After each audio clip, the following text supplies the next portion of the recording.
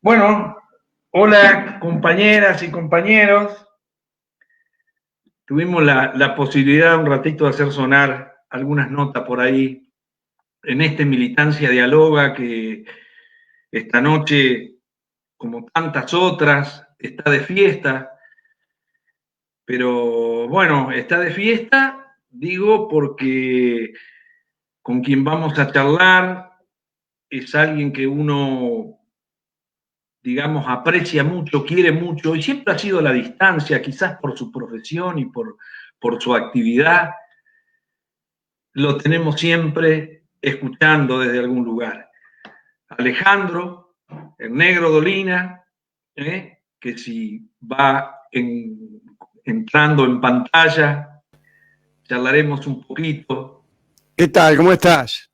¿Cómo No me está? llegaron, no me llegaron las notas. No, Ah, no. bueno, no importa, queda Bueno, pendiente, no hay problema. qué lástima porque si no, yo acá estoy preparado y te acompañaba en alguna cosa, pero bueno, otra vez será. Bueno, ya vamos a ver cómo sale esta historia. Este, bueno, decía que para muchos de nosotros, digamos, tu arte precisamente es como el buen arte. Cuando uno escucha una linda música, le da ganas de seguir escuchando más. Cuando lees un buen libro, lo terminás y te da ganas de agarrar otro. Es una buena película y querés otra. Bueno, terminar de escuchar a Dolina siempre da ganas de seguir un poco más.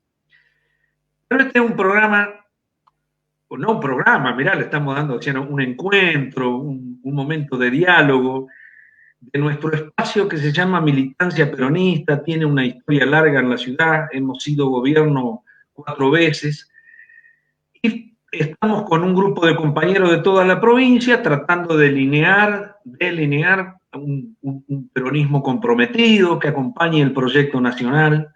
En eso andamos. Y por eso te hemos invitado a vos y el desafío está en hablar un poco de política. Así que como Bueno, para bueno, no yo es cerrar, exactamente lo mío, pero no puedo ser indiferente, ¿no? Al yo voy a cerrar el momento pico, que se vive, que es un momento muy, muy político, ¿no? muy político. Como para arrancar te diría Alejandro Dolina, Negro Dolina y la política. ¿Cómo sería eso? Yo tengo poca referencia política en el sentido de que no he tenido vocación política. Eh, En casa no eran peronistas, pero sí tenían vocación política. Mi abuelo era sindicalista y dirigente radical de los tiempos de Irigoyen, pero a mí no me llegó esa vocación por la política. Sí tengo Ajá, un gran interés por la política y me gusta hablar, escuchar, me gusta leer política, pero lo que no tengo es vocación política. Yo no me postularía para ningún cargo, ni tengo tampoco una militancia de orden profesional. Es decir, ¿a qué se dedica usted? A hacer política. Eso nunca lo deseé, no, nunca lo quise, pero el interés político siempre ha estado, y está siempre ha estado bien, al mismo lado, además, ¿no? perfecto. Y te ha sido, digamos, es difícil para los que de alguna manera estamos vinculados a la cultura, hacer comprender a la militancia el valor que tiene precisamente andar, caminar desde la cultura. ¿Te ha sido relativamente fácil, difícil poder bajar tus pensamientos, tus ideales No, en el porque yo trabajo? no he tratado de hacer esa conjunción entre la política y lo que podríamos llamar la cultura o Uh-huh, los bienes culturales. Se da solo eso, uh-huh. se da solo. No creo que sea una buena receta hacer un programa o hacer una obra teatral destinada a recitar las 20 verdades. Yo creo que son cosas que van por distintos lugares, pero en el fondo, el artista tiene unas vibraciones que son fatalmente políticas, por más que él no se lo proponga. Es más, es preferible que no se lo proponga.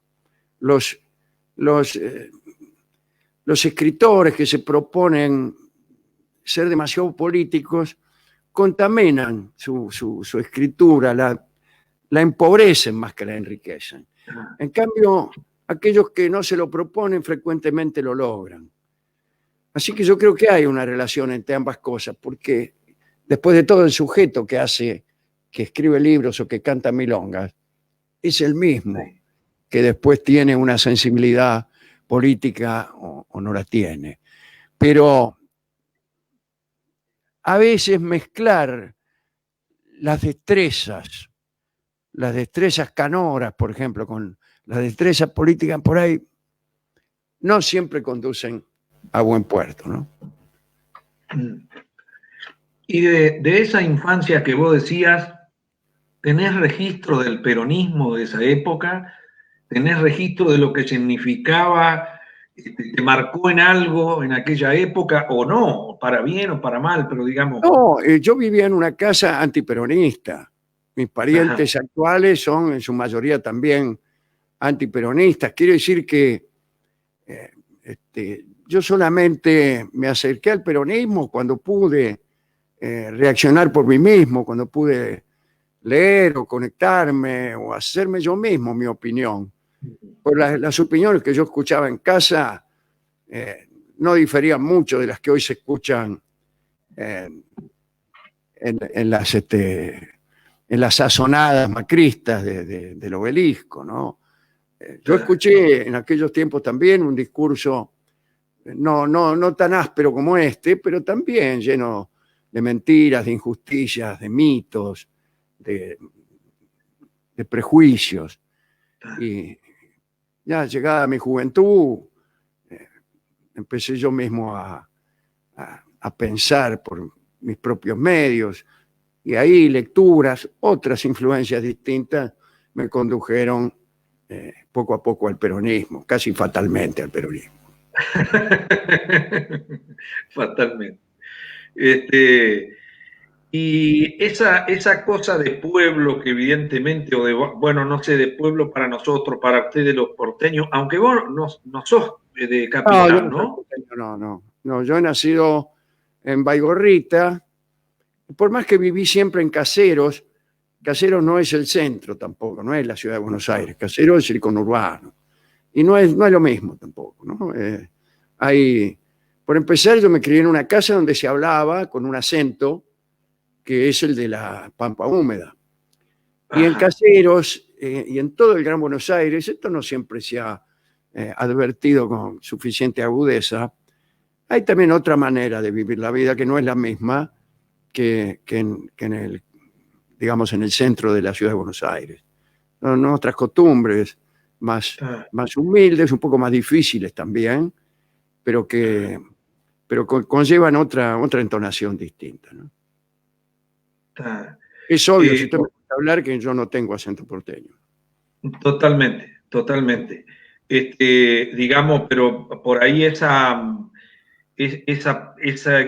gusto y sabor, hasta te diría, a pueblo que tiene tu trabajo, tus programas, tus libros, de alguna manera supongo que están inspiradas en parte del pueblo, en el pueblo de hoy, en el pueblo, porque vos si vivís en el centro, digamos, ¿cómo haces para mantener viva esa cuestión Que yo de estuve pueblo, de barrio? siempre muy cerca o en el centro mismo de lugares muy populares, en el mejor sentido de la palabra.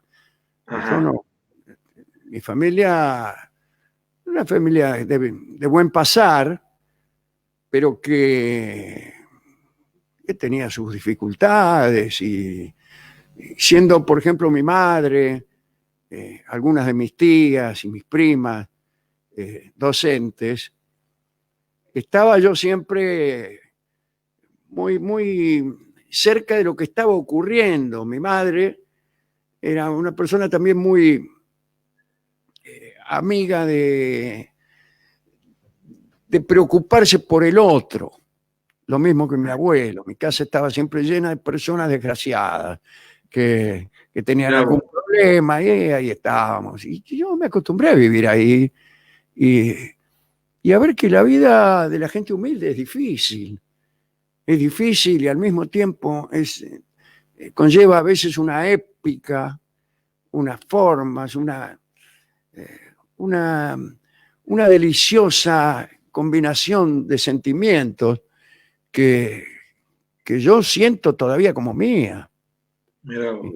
Y creo que incluso hay rescatar el humanismo que se respira en ciertos lugares muy carenciados.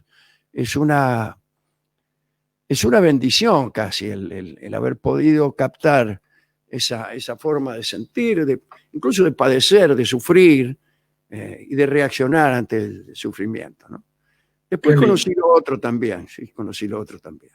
Otros también. Qué lindo. Sí, conocí otras maneras de encarar la vida y bueno, de ahí cada uno resuelve sus caminos, ¿no? Está Pero, bien. pero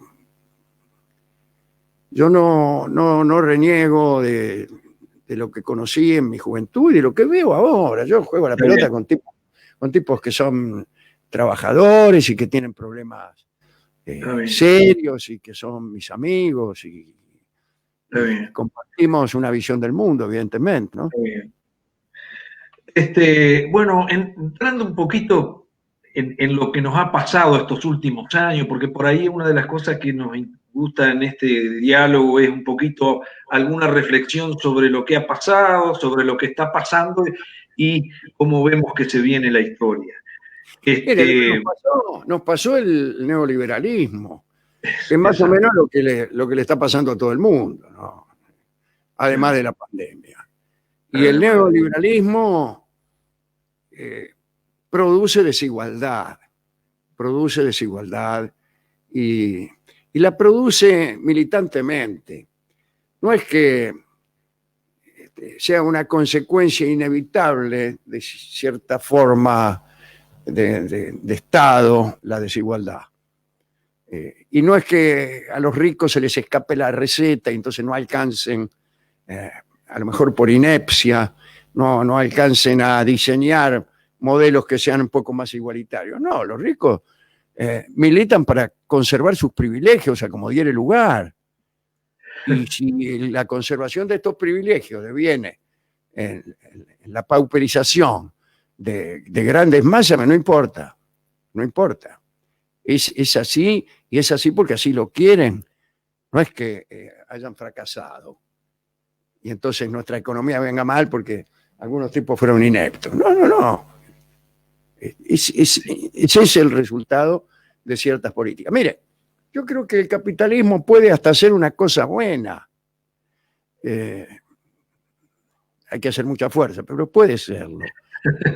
Eh, si usted lee la historia de los Estados Unidos y ve que cómo era el asunto, digamos, después de la guerra civil, ¿no? Después de 1865, y empiezan unos tipos que eran pesados, ¿eh? Algunos lo llamaban los varones ladrones, porque decían que eran tipos voraces que querían ganar la mayor cantidad de dinero posible, pero ellos captaban también que había un freno que poner, que había un límite, y que ese límite era aquel en donde se podía poner en juego incluso la viabilidad del sistema que los enriquecía a ellos. Sabían que si iban demasiado lejos, las cosas podían ponerse difíciles. Y entonces usted tenía, entre aquellos tipos que eran profundamente capitalistas, gente que tenía una visión humanista. Así, por ejemplo, Andrew Carnegie, que es el tipo que construyó el Carnegie Hall, era un capitalista, un tipo que hacía negocios de un modo incluso muy, diría yo, muy racional.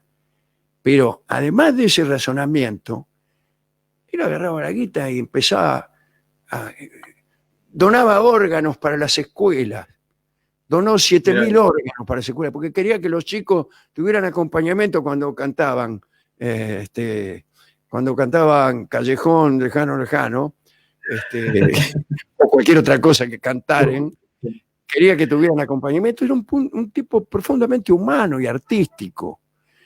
Eso no existe más. No existe más porque incluso ni siquiera el capitalismo actual ni siquiera está personificado. No es Henry Ford, ni J.P. Morgan, ni Carnegie, ni ninguno de esos tipos, ni Vanderbilt, ninguno de los tipos, aún los peores. No, es una cosa anónima y que casi no tiene sentimiento. Actúa automáticamente. Algunos de sus patrones agregan a ese automatismo un si es no es de conspiración que también les da resultado. Así que lo que nos está pasando a todos es eso, una escandalosa desigualdad que está reclamando en el mundo un cacho más de peronismo. Eso es lo que le hace falta al mundo. Un poco de peronismo. Totalmente. Un poco de peronismo a la Zizek. Zizek es un escritor y que fue candidato a presidente de alguno de los países eslavos, no me acuerdo ahora si Croacia o cuál. Y él era comunista, claro. Después de la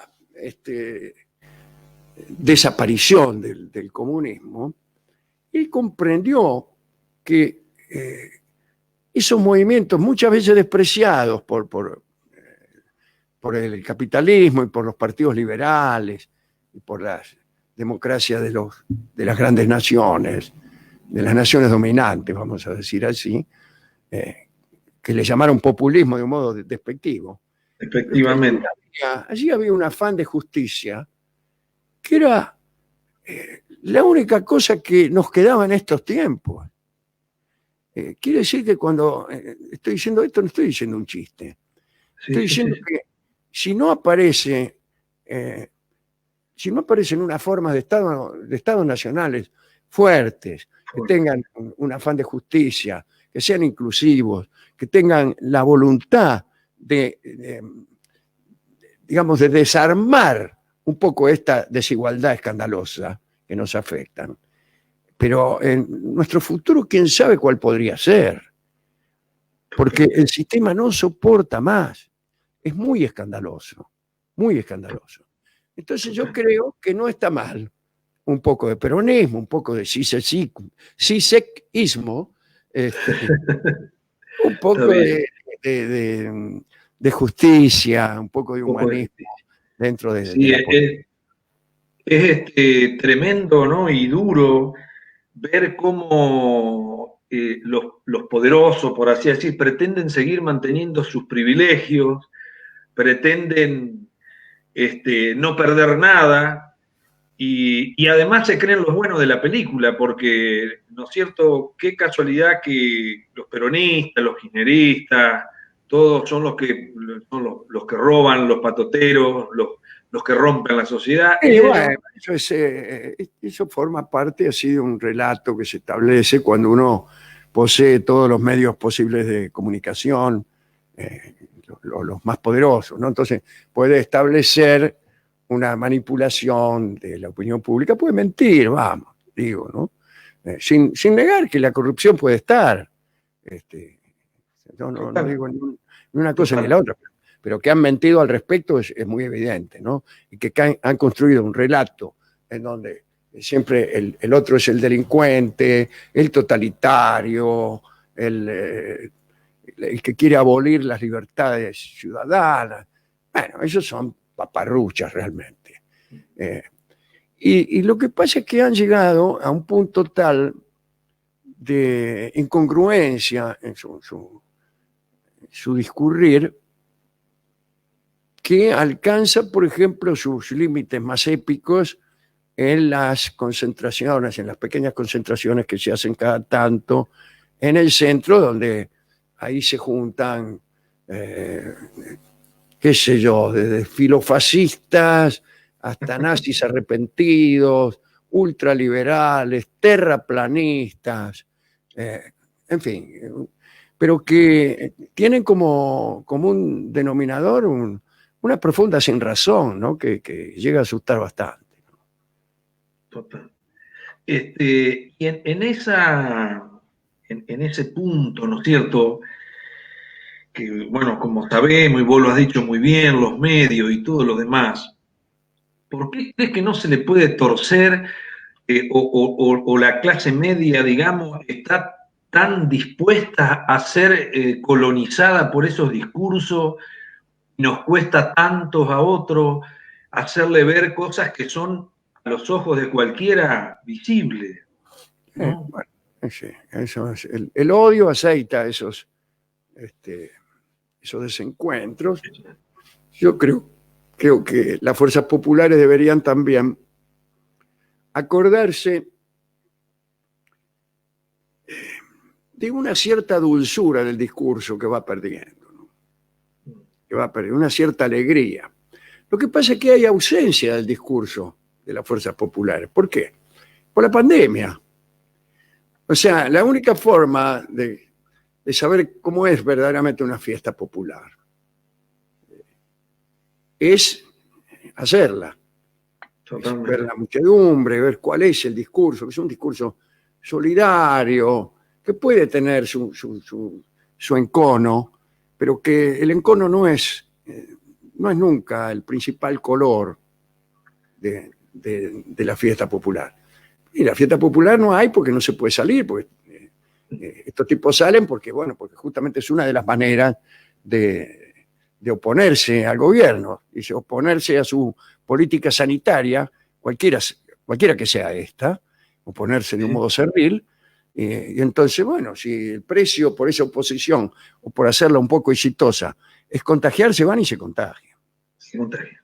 Lo que quiero decir es que es muy difícil ver en acción al pueblo, como antes lo veíamos un poco más, ¿no? Entonces, parece un poco amargo, un poco suave la respuesta que se da desde el campo popular a, digamos, llamémosle así, argumento del neoliberalismo, ¿no? El macrismo en este caso. Estos días pasados estuvo muy, digamos, dando vuelta algunos pensamientos de este encuentro de progresistas y demás que se dio, donde salieron algunos conceptos como lo que estamos hablando, ¿no es cierto?, del gran avance del neoliberalismo por un lado y la necesidad de que los pueblos se solidaricen y avancemos por ese terreno.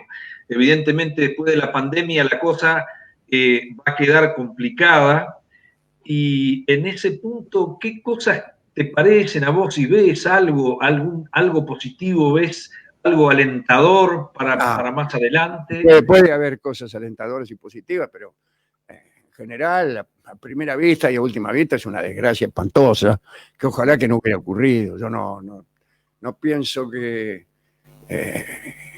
haya un fondo positivo detrás de cualquier desgracia, ni tampoco me parece que Dios nos pone a prueba, ni que de esto salimos todos mejorados. No, esto es una porquería. ¿Sabe por qué? Porque se muere gente. Totalmente. Muertos miles de personas, muertos todos, ya tenemos todos algún muerto querido por COVID. De manera que cuando esto cuesta la vida de la gente, no me puede gustar de ninguna manera. Y cuando me preguntan a veces los programas estos que hay, dicen, bueno, ¿y cómo va llevando la pandemia? Esperando que ya haga una especie de, digamos, de confesión personal acerca de las angustias cotidianas que yo tengo, y empiece a decir que me siento angustiado porque no puedo ver a mis parientes o a mis amigos, o porque no puedo salir, o porque todo me produce una sensación depresiva. Mentira. Sí. A mí lo que me pasa es que se muere la gente, eso es lo que me pasa, no me pasa ninguna otra cosa. Sí. No me pasa ninguna otra cosa, lo que me pasa es que hay gente que se enferma y gente que se muere. Y eso es lo que me duele, no me duele la angustia existencial de estar encerrado en mi casa y no poder ir al teatro. ¿Qué me importa a mí? ¿Qué me importa ir al teatro? Le regalo todo el teatro que me queda en mi vida con tal de que la gente no se muera. Y si no aprendemos a tener angustias que involucren la desgracia del otro, vamos a ser siempre personas bastante poco recomendables, que solamente están preocupadas preocupadas por sus pequeñas angustias burguesas. Así que esa es una cosa que a mí me revienta un poco, ¿no? Cada vez que le preguntan a un tipo a ver cómo va llevando la pandemia, me cuenta sus intimidades. Me cuenta que no puede ir a la tintorería y entonces tiene las pilchas arrugadas. ¿Qué me importa? ¿Qué me importa ese tipo a mí? Bueno, eso es lo que hace que no estemos comprendiendo bien tampoco la situación pandémica y la situación política. Que no es el mundo no es uno solo. Cuando hablamos de la libertad también pasa lo mismo. Uno le pregunta a la gente acerca de la libertad y la gente sale diciendo que libertad es hacer lo que uno quiere. ¡Mentira! Eso no es posible. ¿Saben por qué no es posible? Porque existe el otro. El otro, existe el otro. O sea, hay que decirle a la gente, no existís vos solo en el mundo. Existen otros. Y entonces ahí, con la mera existencia de otros y muchos otros, ahí aparece una situación que te impide hacer lo que vos quieras. Mentira que podés hacer lo que vos quieras. ¿Quién te dijo? ¿Podés apropiarte de la casa del vecino? No. ¿Podés atropellarle a la hija? No podés. ¿Podés molestar? ¿Podés pegar?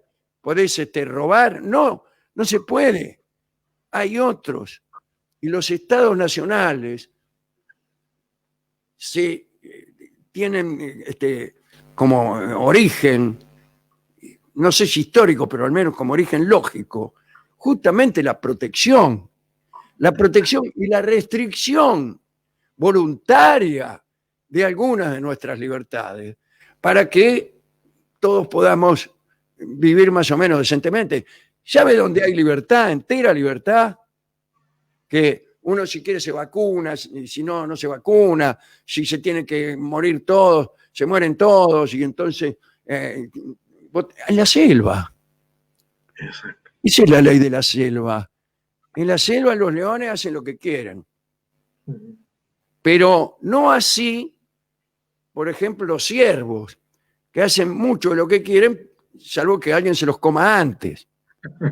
Bueno, si te gusta eso, si te gusta esa especie de neoliberalismo que es la serie, que es la selva, entonces ahí es el único lugar donde vas a conseguir libertad. Y después se habla de, bueno, yo quiero tener libertad de viajar. Si yo quiero viajar, ¿por qué no puedo viajar? ¿Y quiénes tienen libertad de viajar? Aún en épocas sin pandemia. O cualquiera, un obrero asalariado dice, bueno, me voy a ir de vacaciones a Venecia con mi mujer y mis hijos. Que no sé, mentira que podés, no podés. No podés. Quiere decir que esa sacralización de la libertad, que es como todos los valores, es relativo. Es relativo porque vivimos en sociedad, porque la sociedad impone lo relativo, lo absoluto no puede existir salvo que uno fuera el único habitante del mundo, ¿no? Así que cuando te dicen la propiedad es absoluta. No, no lo es, y no lo es en ningún lugar del mundo. O sea, si al lado de mi casa viene un tipo y me instala una torre de petróleo de 500 metros de altura, a lo mejor resulta que no puede el tipo. Y yo me quejo a la municipalidad, viene la municipalidad y dice, mire, usted no tiene un poder absoluto sobre este solar. Puede hacer una casa, puede hacer una zapatería, lo que quiera, pero una torre atómica, digamos, que un acelerador de partículas que por ahí se descompone. Bueno, no se puede. No se puede. Quiere decir que hay muchos conceptos que no vale ni siquiera refutar. Yo estoy haciendo una refutación un poco macarrónica, pero justamente para poner en evidencia que son pensamientos absurdos. Totalmente. Bueno, pero en ese camino el gobierno nacional, digamos, ha intentado, por lo menos uno ve a la distancia, que intenta tomar la rienda como Estado, definir algunas políticas, tratar de proteger, en todo caso, si vale el término, a aquellos sectores que han quedado afuera. Y ese punto puede ser, ¿lo ves como eso sí alentador para las políticas que vienen después que salgamos de esto? ¿Crees que el Estado está tomando Yo creo que el gobierno está haciendo exactamente lo que dijo que iba a hacer, lo cual no parece nada mal, ¿no? Y solo que iba a hacer en las elecciones. Ahora, si uno es neoliberal y votó por Macri, bueno, entonces no puede estar muy contento. Yo entiendo que sí, que uno puede creer que realmente el neoliberalismo es una cosa buena y que el derrame es posible. Qué sé yo, no sé cómo puede creerlo, pero está bien. Puede ser legítimo creer eso. Ahora, lo que a lo mejor no es tan legítimo es dejar de ver que hubo un comicio y que hubo alguien que prevaleció, que ganó las elecciones y que está tratando de hacer lo que dijo que iba a hacer. Ahora, si vos te emperrás en que no pueda hacerlo, a como dé lugar, pues no es una actitud muy democrática que digamos, me parece humildemente a mí, ¿no? Qué sé yo los comprendo, están en una especie de conspiración y la están llevando adelante con las armas que tienen. Pero a mí me parece que eso no es muy bueno para el país. No es muy bueno. Por eso yo creo que no es buena la grieta tampoco. La grieta no. Pelearse con estos tipos no es bueno tampoco. No es bueno. Yo creo que hay que buscar un entendimiento. Pero lo que pasa es que la estrategia de la oposición en este momento consiste precisamente en no aceptar ninguna clase de entendimiento. Entonces va a estar difícil. Va a estar difícil. Ahora, por ejemplo, las imágenes del otro día de la sublevación de la policía y eso, qué duro para poder encarar un nuevo camino, ¿no? Que parece que eso realmente fue espontáneo. ¿Cómo lo ves desde tu lugar? Yo no lo sé. A la luz de todos los, digamos, sucesos que rodean a ese, ¿no? Digamos, toda la ensalada, como viene. Y parece uno más de tantos episodios que están destinados a desgastar al gobierno. Parece uno más. Y escuchando además la palabra esclarecida de los vigilantes levantiscos, uno también sabe escuchar, ¿no? Sabe escuchar y el tufillo de ese discurso no parece muy peronista los muchachos que se han levantado. ¿No? Así que para mí forma parte de una misma colección de fenómenos que incluso hasta podría llegar a ser espontáneo dentro de un montón de situaciones que desde luego que no lo han sido. En este camino de tratar de cambiar un poco la historia, bueno, y algo que seguramente toda la vida lo hemos pedido y ahora pareciera que por ahí se encamina a concretarse, esto del impuesto a las riquezas, a las ganancias, una visión. Yo he leído algunos reportajes tuyos y eso, pero me gustaría que hay una linda imagen que vos decís, que hablas de esta gente que en realidad dicen que eso llevaría a parar el trabajo, cuando en realidad lo que se le está pidiendo es otra cosa. Primero que es un impuesto no confiscatorio, y que además no opera sobre las fábricas, sobre las inversiones, sobre el aparato productivo, no opera, no es decir, sí que tenemos una fábrica, bueno, fenómeno. Ahora, ¿cuánto vale esta fábrica? Y no sé, $2 millones. Bueno, dame la mitad. No es esto. No es esto, ni en monto, ni es allí donde va dirigido el impuesto. Perfecto. Y el impuesto a los bienes personales. Y es un impuesto, bueno, ya se ha dicho mucho. Yo no creo que dé para tanto. El primer argumento es que no es para tanto. No es para tanto, muchachos. Sí. Somos 44 millones. Le toca a 12.000 niato. Yo todavía no conozco a ninguno al que le toque realmente. Tal vez por los lugares donde yo me muevo, que son todos más o menos tirados. Este, pero son pocos, que nos vamos a poner a pelear entre el resto de los 43 millones, no sé cuántos miles, por el destino de esos tipos que les juro, no van a quedar en la calle. Que les juro, no le va a faltar para un puchero, no le va a faltar. Van a quedar bien. El señor Roca, todos esos niatos, el de Techín, todo eso, van a quedar bien parados. No es para tanto, no jorobemos. No jorobemos. ¿No? Ni tampoco va a solucionar del todo nuestros males. Lo que pasa es que puede ser que ayude en este momento coyuntural, en donde hay mucha gente que está mal ahora y que la necesita ahora, entonces ahí te puede ayudar mucho. Ahora, que eso venga a sanear la finanza de la patria para siempre, no es verdad. Tampoco es verdad. Tampoco es verdad. Sí, lo raro es en esta gente, ¿no? De la que estamos hablando, es que por ahí precisamente cuando el Estado intenta generar un poco de trabajo, de generar la posibilidad de que la gente mejore, critica a ese tipo de política. Sí, esa es la estrategia, y es una estrategia estupenda, realmente, para los intereses de ellos, que en este momento no coinciden con los de la patria. Es una estrategia, digamos, que da resultados, ¿no? Especialmente da resultados porque vos sos el dueño de los canales más vistos, de los diarios, de los que hay, de los diarios grandes, de las radios, entonces, y porque laburás mucho además. Están trabajando mucho, ojalá hubieran trabajado así durante su gobierno, porque y realmente el trabajo de desgaste que están haciendo de este gobierno es mucho más consistente, más fuerte y más inteligente que el que hicieron para sacar adelante a la patria. Totalmente.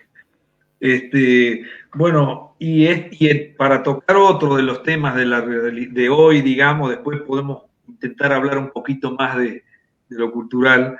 El tema de la justicia, ves que eso puede llegar a cambiar, ves que hay una fuerza suficiente para hacer frente a todo esto. Ojalá, muy pronto lo sabremos.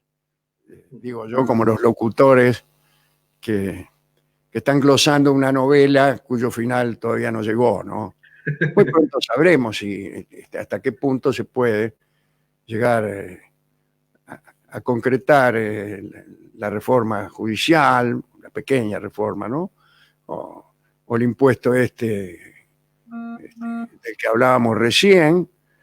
Por ahora algunas cosas se han conseguido, que son insuficientes, pero la verdad es que la noticia que nosotros ya sabíamos es que todo va a ser insuficiente.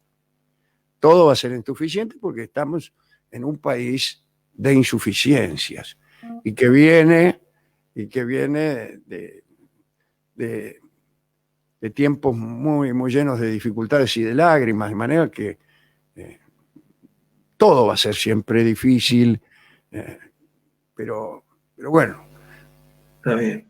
Por más insuficiente que sea, un poco de justicia, un poco de ayuda a los que menos tienen, es algo que yo creo que es viable, que se puede hacer y que el gobierno está tratando de hacerlo lo mejor que puede. Está bien. Bueno, un poco encaminándonos luego al cierre por los minutos que te habíamos pedido, me gustaría si pudiéramos charlar un poquito de la militancia en sí, ¿no? Claro. Digamos, yo no sé si la militancia hoy tiene, esto es una cuestión personal y te lo pregunto si vos lo ves así, si tiene la suficiente, no solamente poder, sino alegría de lucha, sino Sí, esta cosa claro. Yo no lo sé, mira, me parece que vos lo sabés mejor que yo. Casi es algo que yo quisiera preguntarte a vos, no que vos me lo preguntaras a mí, porque eso es algo que yo no sé. Es algo que yo no sé. Yo hablaba con mis hijos no hace mucho. Hay días que yo no me levanto muy optimista, que digamos, y entonces por ahí, a propósito, voy sacando conversaciones, digamos, para que me convenzan de que no tengo razón. Eso es algo que es un lindo ejercicio. Y, y entonces pregunto, pero ¿y dónde estamos? A veces pregunto, digo, nos parece que todos nosotros estamos en nuestras casas, ¿eh? La gente cumpliendo algunos su cuarentena, resguardándose, tratando de no hacer grandes concentraciones, pero nos pasa a los que militamos en el campo popular que creemos que en casa estamos todos y somos muchos. ¿Y qué pasa, digo yo, si el día que tengamos que salir a la calle resulta que no somos tanto como pensamos? Bueno, eso es lo que pregunto yo en mis días de poca fe. Y es lo que te pregunto yo ahora. Prefiero preguntártelo yo. Si vos querés que yo diga, yo prefiero ser optimista. Y creo que sí, que efectivamente las grandes mayorías están más silenciosas que las minorías beligerantes hoy en día, ¿no? Sí. Es así, es así. ¿Hasta qué punto permanece en la inacción esa fuerza? Es lo que no sé.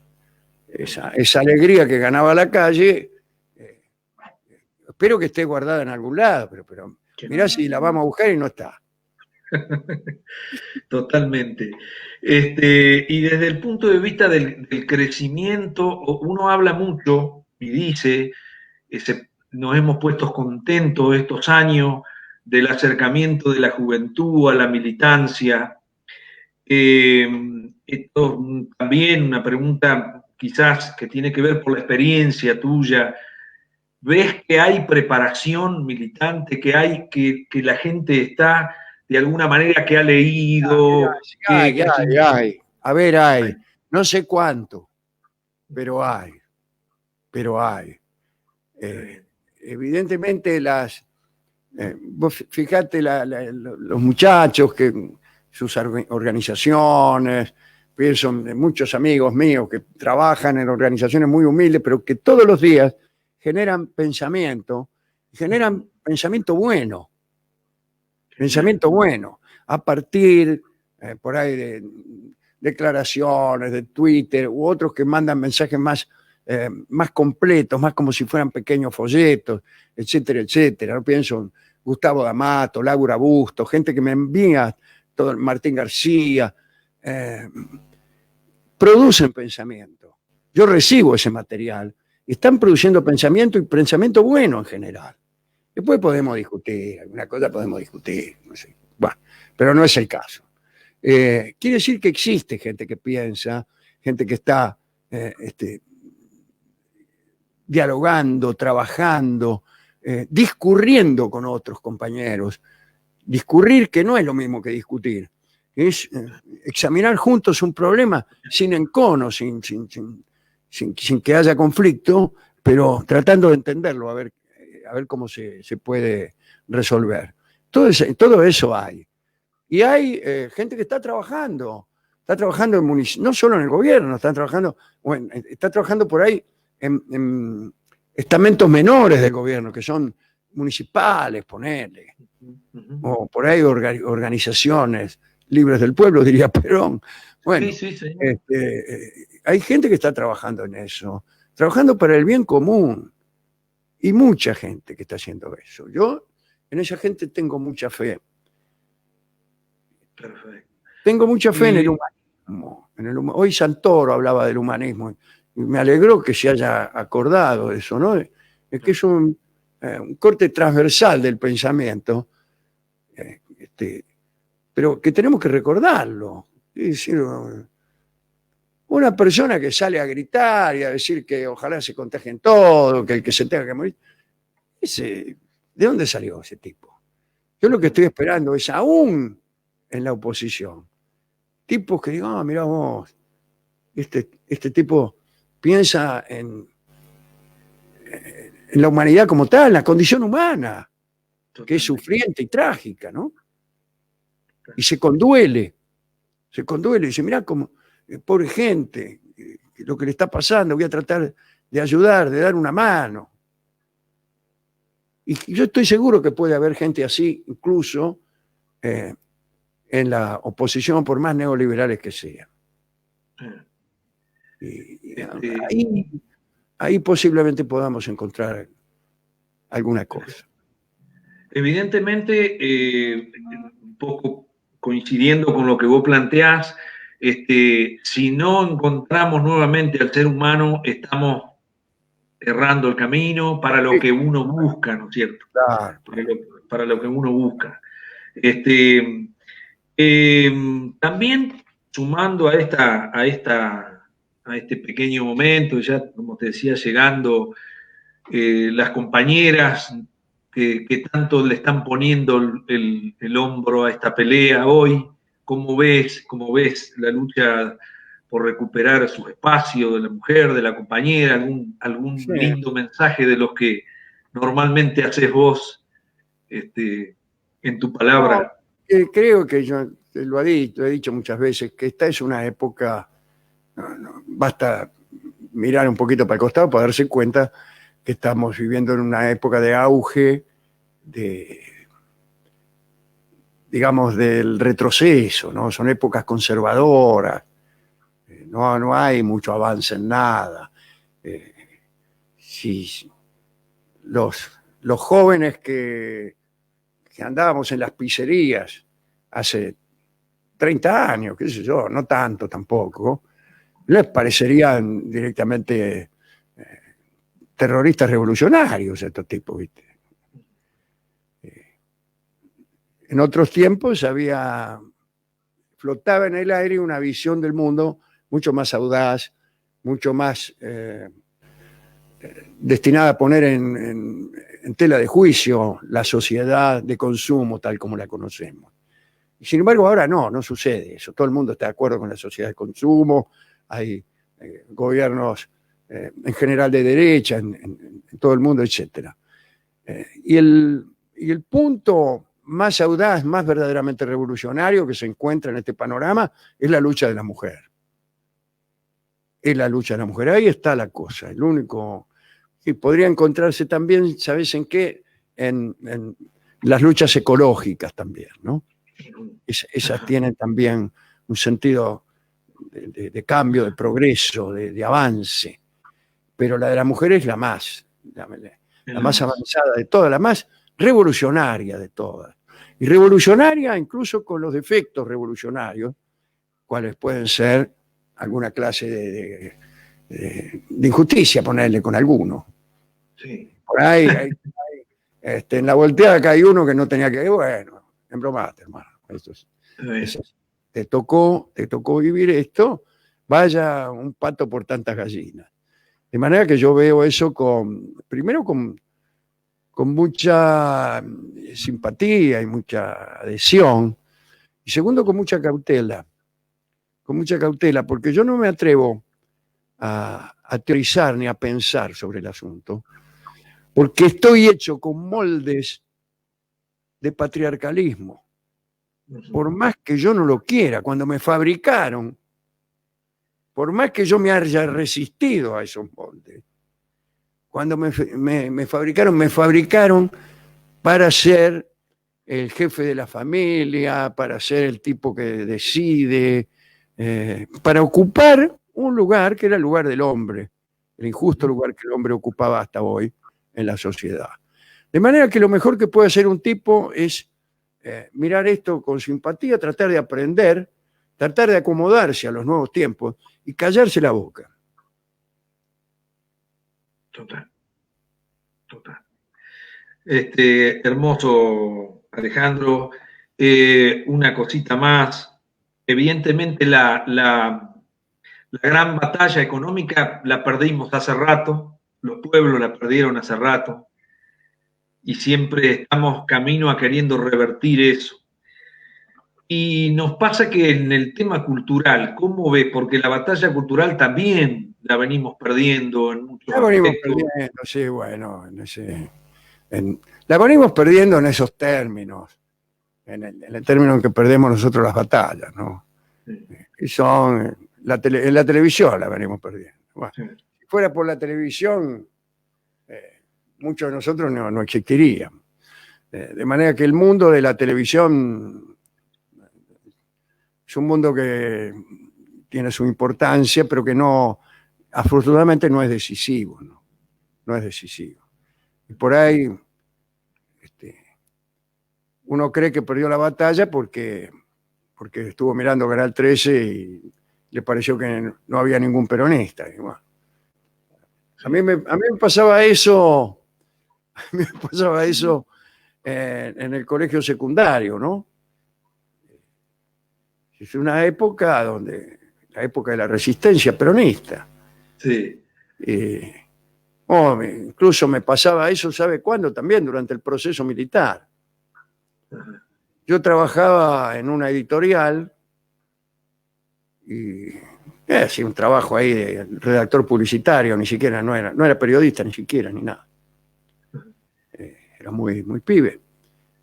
Y a mí me parecía que el único peronista que quedaba era yo. Y porque, claro, le preguntaba todo.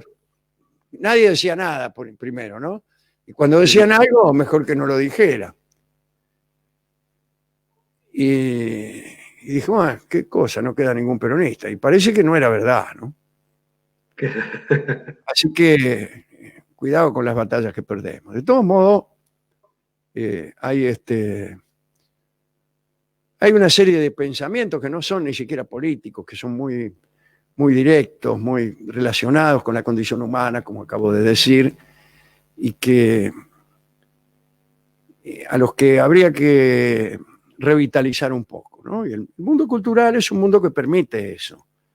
El mundo de la poesía, de las canciones, permite ir un poquito más adelante en el alma, o más profundo, por mejor decirlo, en las cuestiones del alma. Entonces ya no estamos discutiendo sobre si hay que ponerle impuesto a las grandes fortunas, sino que por ahí estamos discutiendo otras cosas, ¿no? Otras cosas. Si es que se puede, por ejemplo, se puede discutir lo mismo en otros términos. Si es que uno puede ser feliz si todos los demás sufren. Exactamente. Ese es otra manera de plantear el asunto, ¿no? Qué buena esa reflexión, Alejandro. Bueno, evidentemente, por lo menos coincidimos en esto de que ojalá que se le pueda meter a la militancia estas últimas palabras que decías vos, mucha humanidad, mucha poesía, mucho amor. Creo que es necesario en la lucha que el amor esté presente. Así que ojalá que los que están, en el caso tuyo y todos los que andan en el arte, puedan seguir aportando estas cuestiones que revitalicen la militancia.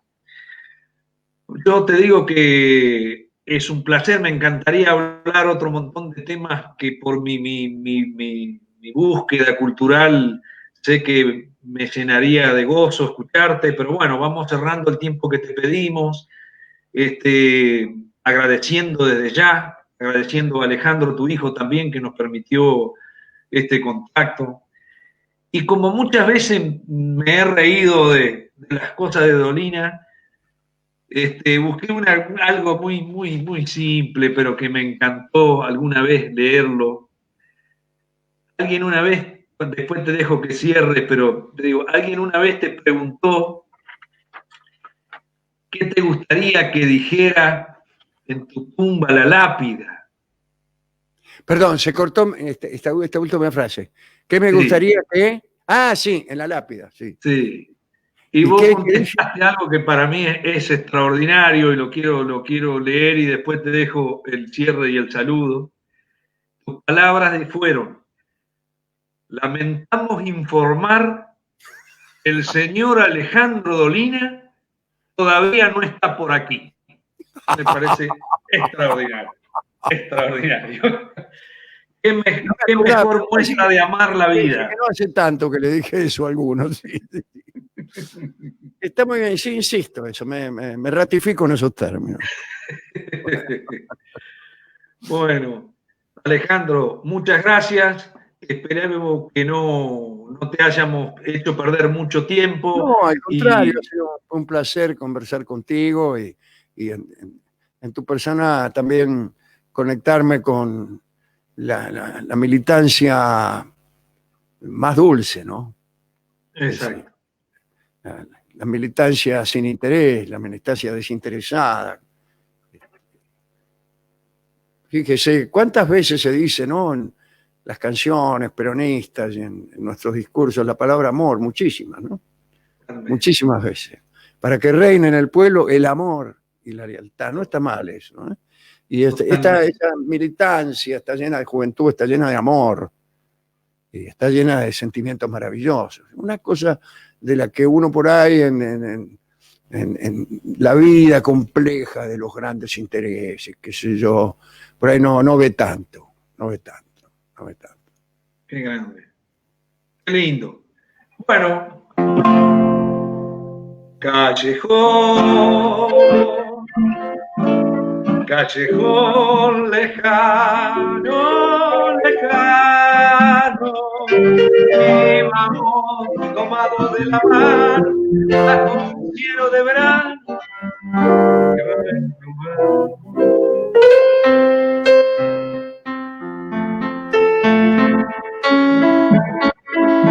Dale. Eso vamos cerrando En el cielo de verano, ¿qué pasó?